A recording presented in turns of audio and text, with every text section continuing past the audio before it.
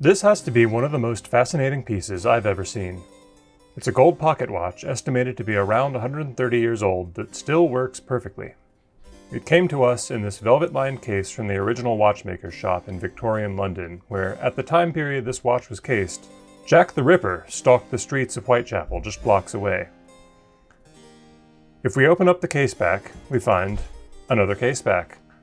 But behind that one, we find this beautifully finished Swiss movement still working over a century later. What really blows me away about this piece are the complications. This button at the 12 o'clock side of the case starts, stops, and resets the split-second chronograph hand.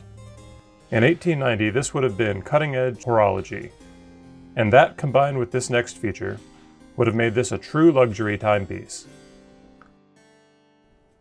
Since luminescent dials were still decades away, people needed a way to tell the time in the dark nights of Victorian London. Enter the minute repeater. This slider at 6 o'clock activates a mechanism that chimes out the hour and minute with these two tiny hammers.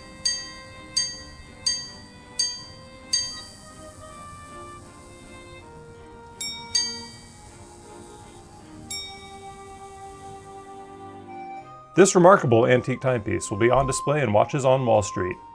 Next time you're in downtown Asheville, stop in and ask for a demonstration of this beautiful piece of 19th century technology.